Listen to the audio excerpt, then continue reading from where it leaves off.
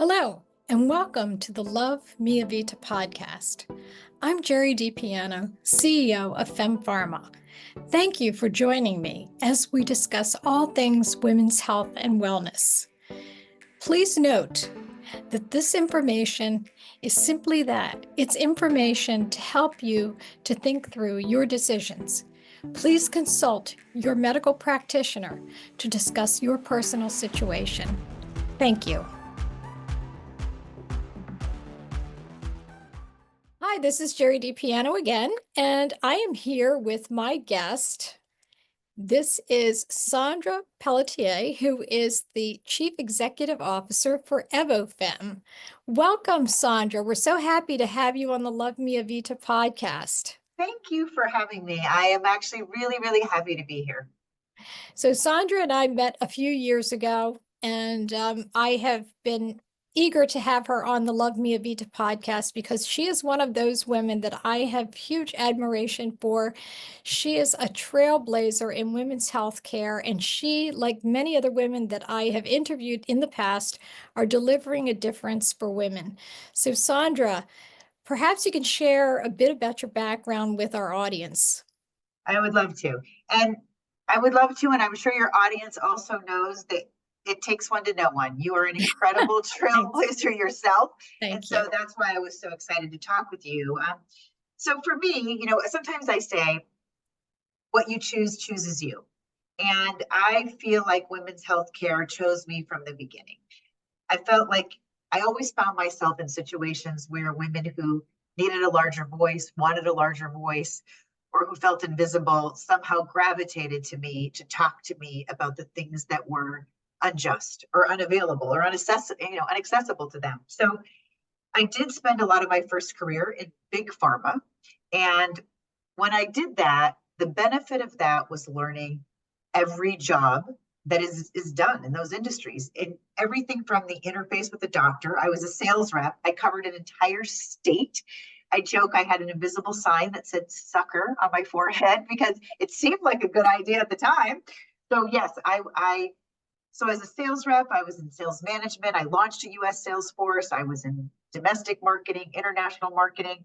But what I really did that I think was the most valuable from big pharma is spent a lot of time doing quantitative and qualitative market research on women from puberty through menopause. When they did want to get pregnant, when they didn't want to get pregnant, when they wanted to space their pregnancies. And it was fascinating to see just the shift, the stream that women go through, right? If they are in long-term relationships, if they're dating. So I loved the mindset of women because they're the healthcare decision makers. They decide for themselves and their families. And in the end, when I left big pharma, I then started a nonprofit. And I was funded by Warren Buffett's late wife, Susan B. Thompson Buffett. And I started a nonprofit to provide contraceptive options in low and middle income countries to actually create a sustainable model. Donations don't work, but the big deal was to look at things like what happens when girls start their periods. They don't have pharmacies. They don't have access to pads or tampons. Then what happens when these women want to get pregnant and they want birth control? What happens? How do they get it? What's the access available? So at the end of the day, what I really squared upon was that no matter where women are, no matter what their meager opportunities or lack of opportunity, they all want the same thing. They want access to safe, affordable, accessible healthcare. More importantly, not just for themselves, but especially for their daughters. And they really are the influence over families on what should happen, and when women feel cared about and they take medications that they feel good every day, the positive impact is very significant on everyone they interact with. So my journey has been long and winding, and I'm now at Evofem, and that's what brought me to Evofem, is really a long journey in for-profit and nonprofit. And I got here because I really felt like I had a chance to run an organization that cared about both. We share a lot of similarities in our journey in women's healthcare. For those that have listened to me on other podcasts, we both share that mission of women's health equity. And it really does cross all ethnicities, races, socioeconomic strata. And it really has to be a passion because, as you stated earlier, although we are the dominant demographic, and we are, because depending on the age group cohort, we can be as much as 51% of the population, or as we age and mature, we can be a significantly larger percentage of the overall global population. And yet our needs are largely ignored because, let's face it, in big pharma, and I come from big pharma too, and multinationals, we always focused on the default male. By the way, we focused on the default male in medical schools. So we don't want to point the fingers necessarily at the big pharmaceutical companies like you. I had a great career, but there are a dearth of opportunities that existed in some of the multinational companies. And you're right, you learn by, excuse me, by asking questions, by doing market research, qualitative and quantitative, but actually asking women what they want. And that's what you did. And Yeah. I'm always so grateful when I hear your story and stories like yours, because it reminds me that we're not all nuts because we decide to do this, because it's hard work, right? It's I hard. mean, Oh my this God, is it's this so is hard. heavy lifting, Yes. Yes, it doing is. this because in as much as we know that women control the spending, as much as we know that women demand better, the funding, the resources are very difficult to come by, because it's not as though we have everything we need. We don't, but there is little recognition that there are disproportionate, the products don't address disproportionate issues in women's healthcare. So I'm so excited for you continuing to trailblaze. And I'd love Thank to you. know how you decided to do Evofem, because as I stated early on to our audience, you were the chief executive officer of Evofem, a company with a novel product. So how did you Yeah. decide to do Evofem? And more importantly, let's talk about the birth of Phexxi. And I hate to use that word birth, No, no, kind of no. tongue It's in okay. cheek, tongue in cheek. No, I love that. So this is actually my favorite question to answer, and oddly, I don't even get asked it very much. But so I came to lead Evofem and help launch Phexxi because of my work in Africa. And here's how it went down: is that what we recognized is that when you go to low and middle income countries, there are so many hurdles, right? There's so much bureaucracy, money is being spent on weapons and prostitution and drugs, not on girls' education. But moreover, side effects make women who don't have access to education and information, they think, oh my goodness, these side effects, I shouldn't be taking this birth control anyway. So what we were looking for was something that had very limited side effects, which meant no hormones, which meant no systemic activity in the body, which to me was like, that must be a unicorn. And then I found out that this product existed. So developed by Rush University in the early 90s, Rush was looking for something for HIV prevention. A lot of academic institutions were focused on HIV prevention at the time. Then they recognized the mechanism of action prevented pregnancy, also prevented things like chlamydia and gonorrhea. And so, really quickly put, Jerry, is that so this drug Phexxi, Phexxi, I'm going to tell you the mechanism of action. So it comes in a box of 12 pre-filled applicators. It is a gel. Each applicator, why we did this is that a girl, a woman, you can put it in your suit pocket, you can put it in your purse. But any woman that's used a tampon, any woman that's used anything for vaginal administration, you open this up, and this is it. Very, very simple, very, very easy to use. And here's why I show everybody I get a chance to. This is why I'm invited back to dinner parties or never invited again. But so 5 milliliters is not a lot. That's what we want women to see. This is it. Okay? It's not a big glom of gel, but it's viscous and bioadhesive. Women are not going to use something that leaks out. But what women love, even young women, by the way, is the lubricating properties. I talk to so many young women who say they use lubrication as part of intimacy anyway. So this is a no-brainer. But here's how it simply works. A normal vaginal pH is 3.5 to 4.5. That's it. When semen enters, pH goes up to 7 or 8, and that's what makes women get pregnant. Same thing that happens when pathogens like chlamydia and gonorrhea. So this gel this simple little gel made up of 3 simple ingredients, L-lactic acid, citric acid, and potassium bitartrate, helps a woman's body maintain natural pH, making it inhospitable to pregnancy. And what's so lovely about it, there's no odor, there's no taste. You put it in right before sex or any window within an hour.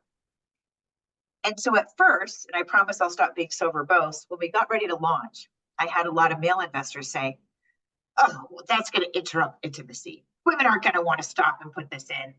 And what was so great is that the majority of the women, they either said one of 2 things. I always go into the bathroom before I know something's going to happen. I put this in, I throw it out. It takes me a second. It's no big deal. Or women said, I'm not ashamed. I'll put this right in front of my partner. Instead of him having to wear a condom, which the condom negotiation is difficult for women, this is sex on demand. So this really empowers women to have something they use only when they need it, never when they don't. They don't have to take a medication every single day that they don't need to save their life. Women don't have sex every day. So I feel really excited. This is as empowering as it is important to prevent pregnancy, both. So if you haven't tuned in to our podcast on birth control, Dr. Catherine Sharif, who is my co-host, and I did a podcast on birth control and really the options for women. So, the idea is be prepared, don't get scared. And one of the many options, which really does put the control in the hands of women, is the Phexxi product. Because, as you stated, when we think about women, even younger women, we think, oh, well, you're healthy. There's no reason why you can't use systemic birth control and hormones. However, we both know, right, that it depends. It always depends. So what are some of the risk factors? Well, if you are obese, if you are a smoker, if you have a clotting disorder, if you have a history of breast cancer or hormone-dependent cancer. Now, you may not know that you have these risk factors until you actually experience one of the problems, right? That's right. And to the point that you just raised, yes, if you have a male partner, he can use a condom, but you're right about the condom negotiation. Condoms also break. So isn't it better to have a double barrier method of contraception? Because the Phexxi is a sperm immobilizer. By the way, so is the condom, unless it breaks. Yeah. Unless it breaks. Yeah. And if it breaks, then we have a different story. Yep. So when we think about young women, this is really puts you in the driver's seat with You know what? your health, with your birth control, with your reproductive choices. You know what I loved? I have to tell you this. Why I love that you said that is that we all know things have evolved in a way with the internet and social media and access to education and information. I have found young women to be so well informed, so large and in charge, so more understanding of their bodies and how they work than I was. Okay? We didn't, sex education was not taught, still is not taught in school. And young women, honest to goodness, they say to me things like this. They say, I don't have sex every day. Why would I put a product in my body every day, month after month, week after week, when I was having headaches, when I was gaining weight, when I was bleeding? But the biggest one was emotional highs and lows. Some of these young women say they were put on antidepressants. They were put on anti-anxiety medications. And it never occurred to anybody it could have been their hormonal birth control. And then the most fascinating thing is, real or perceived, young women are very nervous and serious about their ability to get pregnant when they want to. They don't want to do anything that would harm their fertility. And they're saying, look, if I only have sex once in a while, why am I taking a synthetic hormone that I don't need? Because who knows what it might do? What are the other unintended consequences that might happen to me? And young women, they are really have the ability to be in control of using something on demand, just like you said. And we have found that young women now are coming to this brand in droves, because at first people said, oh, just breastfeeding women are going to use it. They don't want hormones in their breast milk. 900,000 women who get cancer are going to use it. But at the end of the day, what we found is that the women who are saying, you know what, I want to feel as good as I can. I don't want to have synthetic hormones circulating through my body. And I'm in control of this, and it's really amazing. It's exciting. It is definitely a game changer. And when you think about women who do have special conditions like polycystic ovarian syndrome, so many women are put on systemic hormonal birth control, which simply masks their symptoms, when they really should be thinking about something quite different. And I'm not an endocrinologist, and I'm not recommending a particular product, but I am recommending that if you have PCOS, that you probably should have it investigated by a reproductive endocrinologist or an expert in the field so that you get properly taken care of. But if you're using hormonal birth control, you're masking symptoms. And that's not necessarily a good thing, because by the time you end up deciding that you may want to have a family, you are then faced with some very significant choices. So Phexxi is also a product that can be used by women who have been seen by a reproductive endocrinologist. It's determined that they may have polycystic ovarian syndrome. They're not necessarily going to put them on hormonal birth control. They may choose different options for them. It also could be used by women with endometriosis. Yes, So we can yes. look at different types of issues. You mentioned something about mood swings and antidepressant use and so forth. And to be honest with you, and this is something I speak about a lot on these podcasts, remember that before 1993, there was no requirement to include the number of women in clinical trials, which matched up with the incidence and prevalence of a particular disease or disorder. So let's take depression as an example, which affects a disproportionate number of women. We never looked at the interaction between systemic birth control and certain antidepressants in women. We did not look at what happens even during the menstrual cycle. So there's another compelling reason to consider non-hormonal birth control as one of your options, particularly if you happen to be a woman who is on an antidepressant. And it could be an older antidepressant. It could be one of the first generation, second generation antidepressants.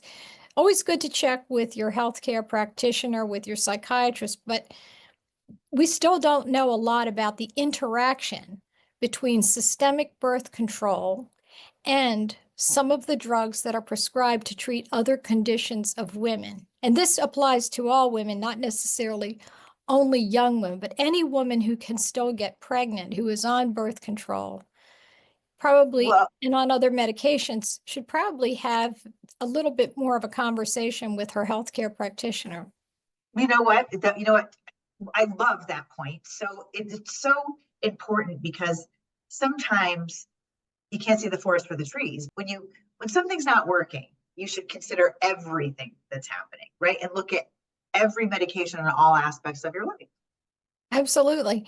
It's what is also interesting to me when you talk, we work in the world of drug development, and that FemPharma has always worked in the area of targeted regional delivery, which doesn't mean where you live in the United States. It actually means if you have a condition in your pelvic and reproductive organs, it's best to treat that and try to avoid as much of the drug entering your bloodstream. We call it systemic circulation, right?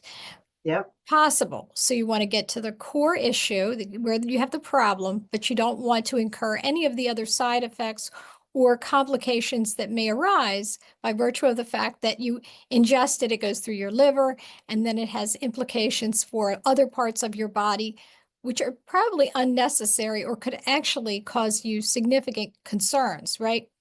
Yep. So I like the idea of Phexxi, which is very regional, which you're placing it in the vagina. And unless you do something intravaginally, so this is where the vagina is really beautiful structure, beautiful organ, right? Now, I agree. when you apply something in your vagina, depending upon where you place it, it will either get absorbed more so or less so, unless you do something to disrupt that mucosal membrane And then it is largely confined to whichever where you have applied it. So in this case, it is what it says it is, which is blocks sperm.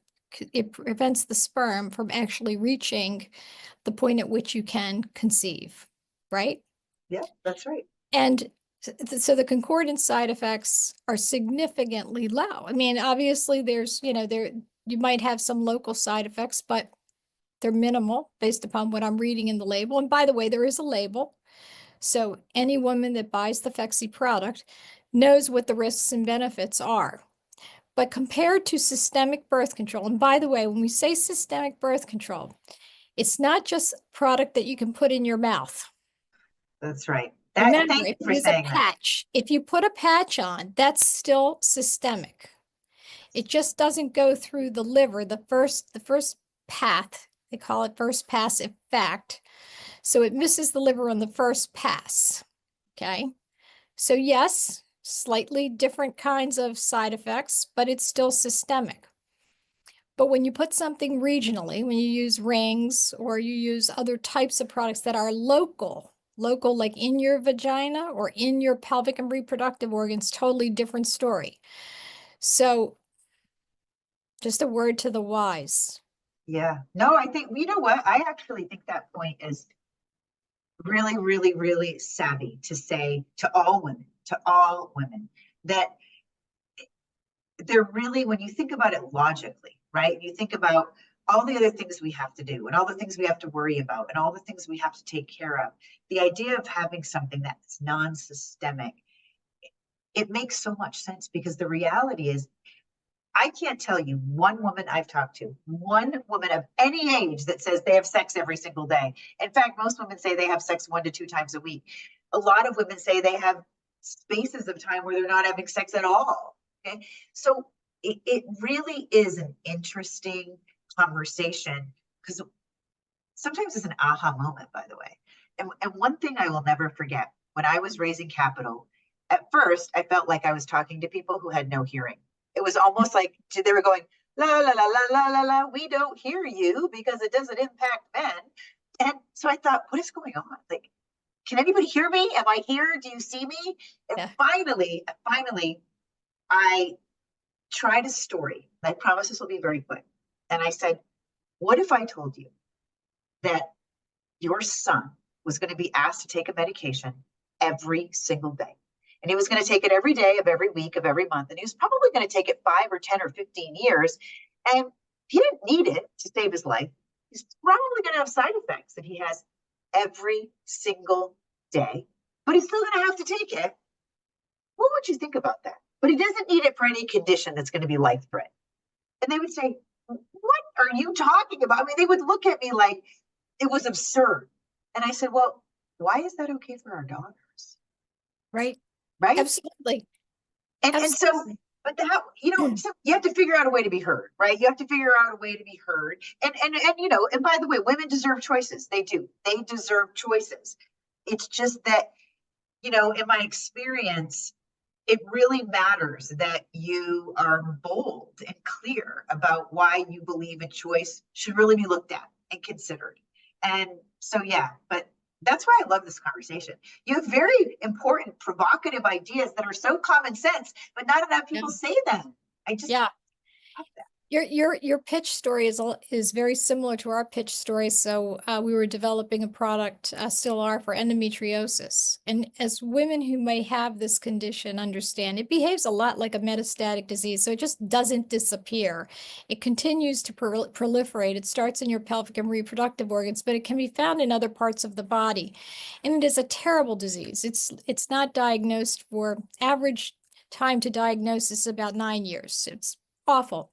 And the treatment options are also pretty horrendous. So women are placed in chemical menopause.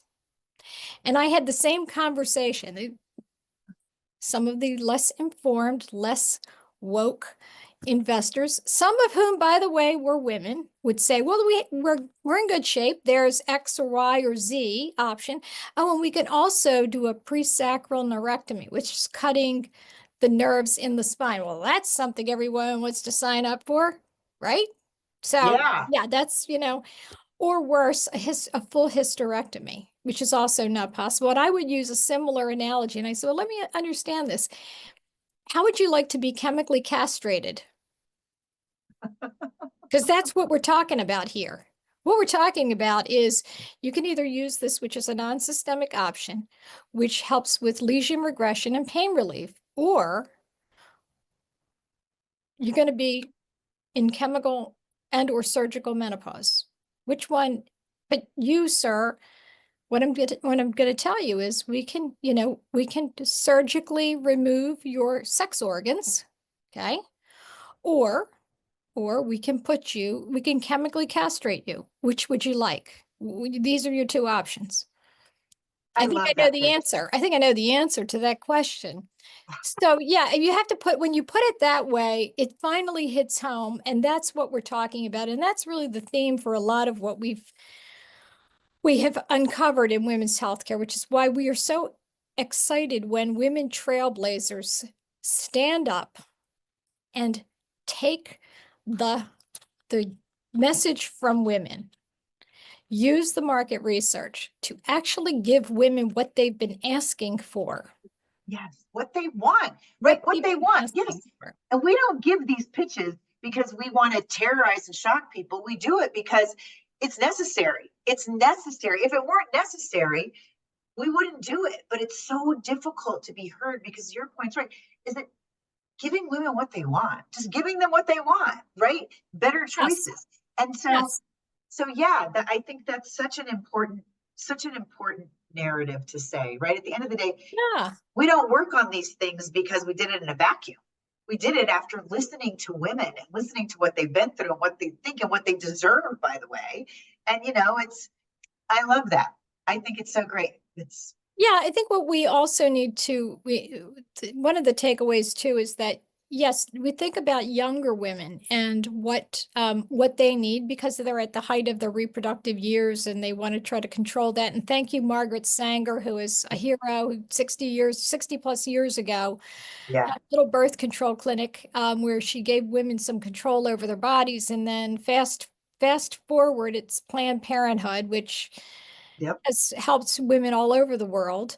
But then we think about women as they continue to mature, and we often talk to women who are in their late 30s, early 40s, and their fertility is declining. And maybe they've been on hormones since they were 15 years old. And they're now at a point where it's like, I'm a little worried about this because we know that with age, there are increasing number of comorbidities. You might have Yes. diabetes, you might have some heart disease, maybe you smoke, maybe you drink, maybe you do a little bit of everything. And to your point, you may or may not be having intercourse regularly, but let's say you are, just for the sake of Yeah. conversation. Do you really need systemic birth control? You still need birth control because you can conceive even in perimenopause. And that's a really dangerous time for women Very. to be conceiving for all the reasons that we've heard about. Risk to the mom, right? Maternal fetal health. Yes. And also issues of childhood disease or disorder and disability, which rises as maternal age increases, right? So lots of different issues for more mature women to be thinking about. And again, we're not talking about 50-year-olds, although 52 is the median age of menopause. We're talking about women who are sort of in that crossroads. Yes. Yeah. Unexpected pregnancy. And huge subset of women, right? And you're right.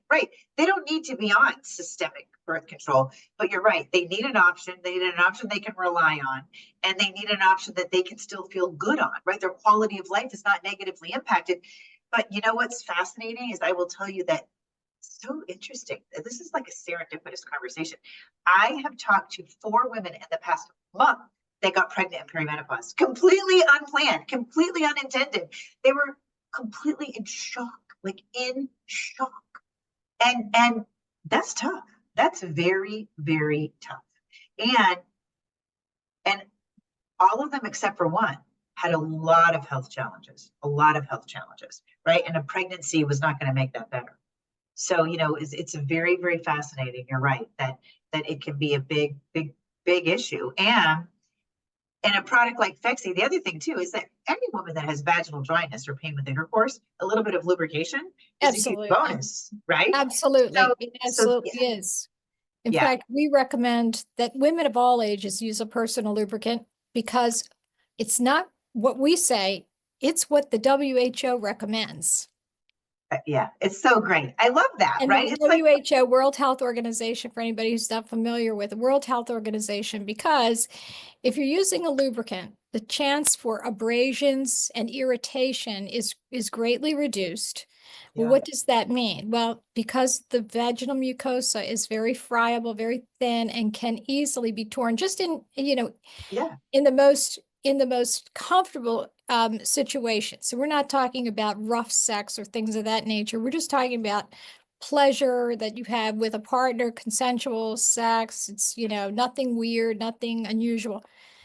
There are tears. So better thing is to use a lubricant to try to protect that yeah, tissue as much as possible. And obviously, as women get older, they need more lubrication and because their bodies yeah, don't naturally produce it.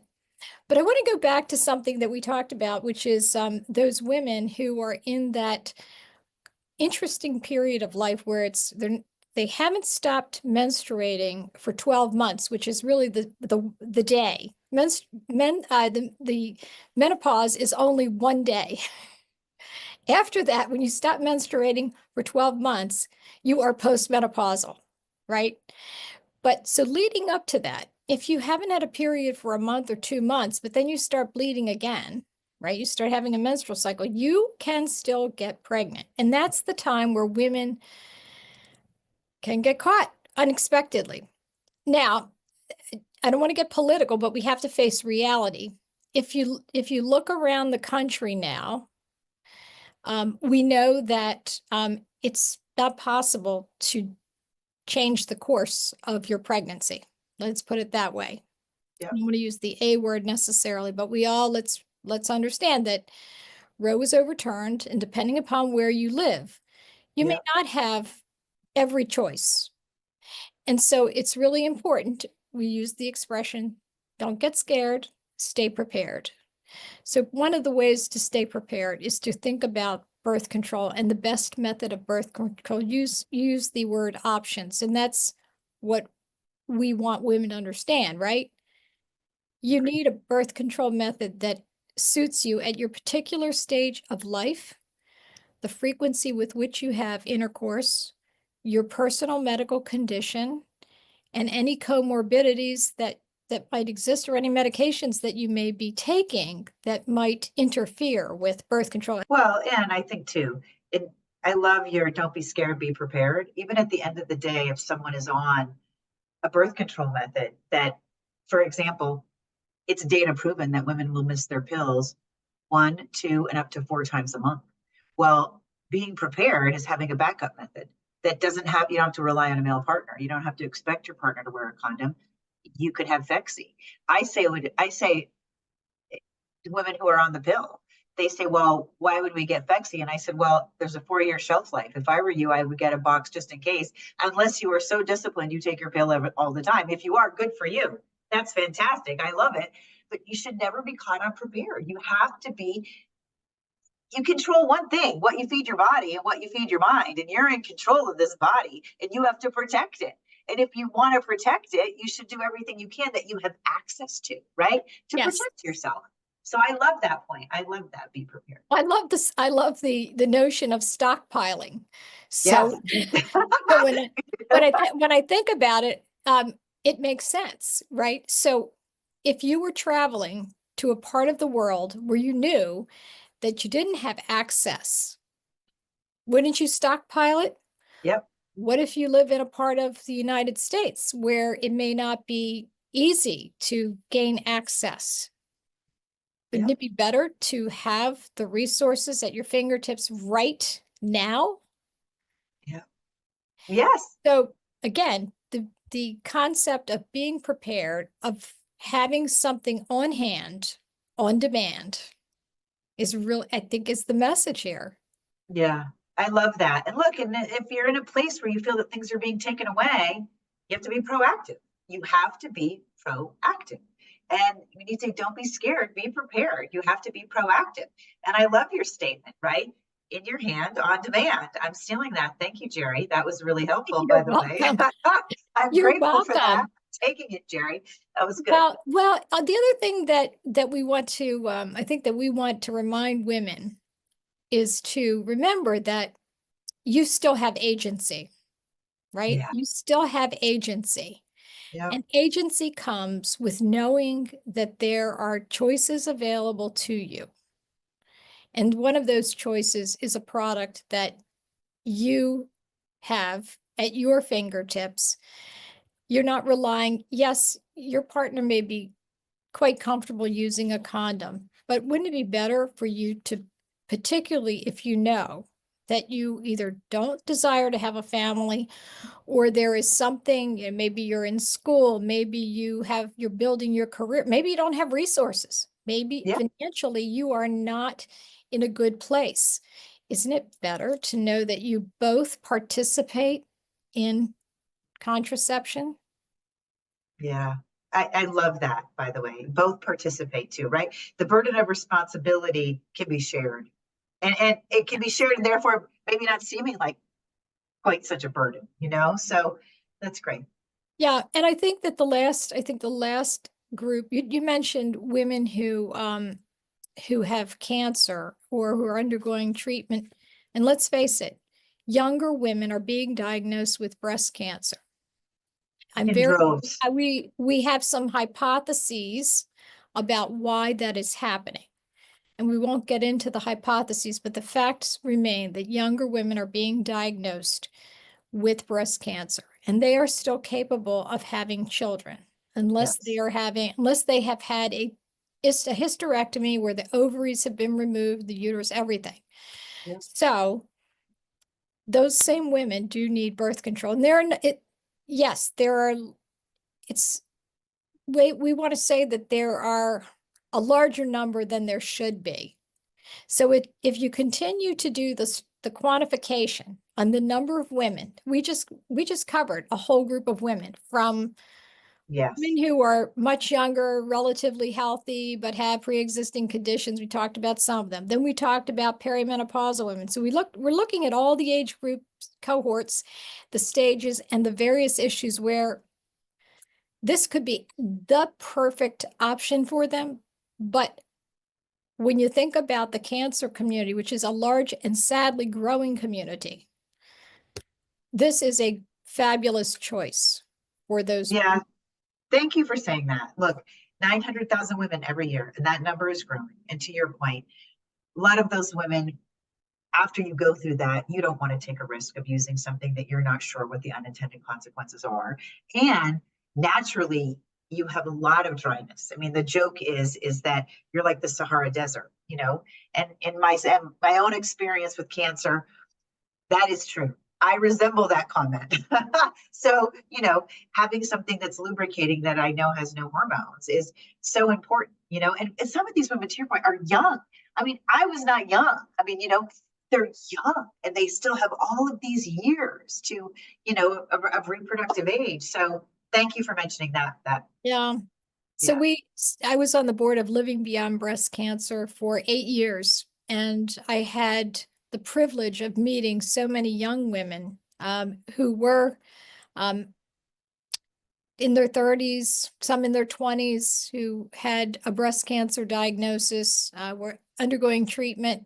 We employed a young woman here at FemPharma who was in her 20s, who had had stage 3 breast cancer, but chose to wait it out a bit before she decided to do something more significant so that she could not bear children. In the meantime, she needed to use a birth control method that was non-hormonal.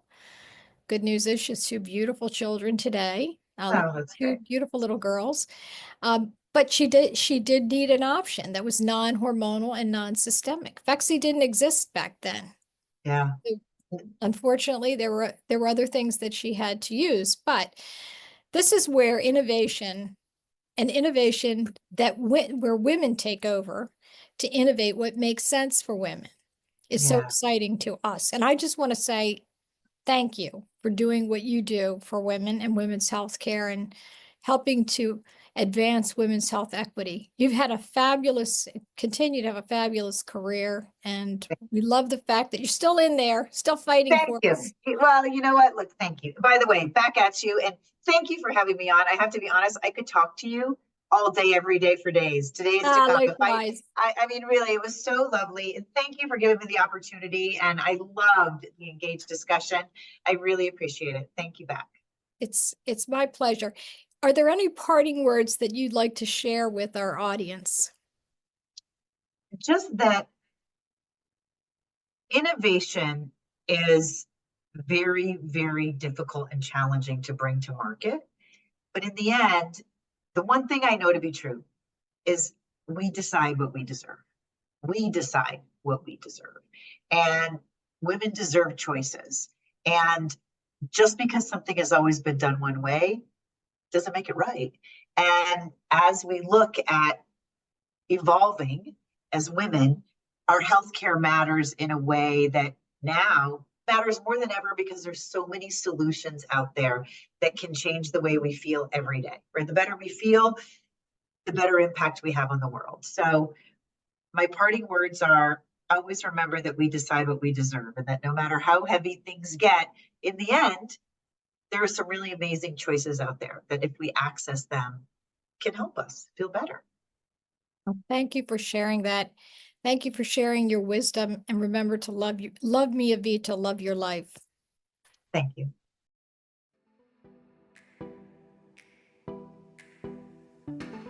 Thank you for joining us on the Love Me Evita podcast. Love Me Evita means love my life, and that is a mantra we should all live by. Please like and subscribe wherever you get your podcasts, and check out our website at fempharma.com. Remember to live well and love me, Evita.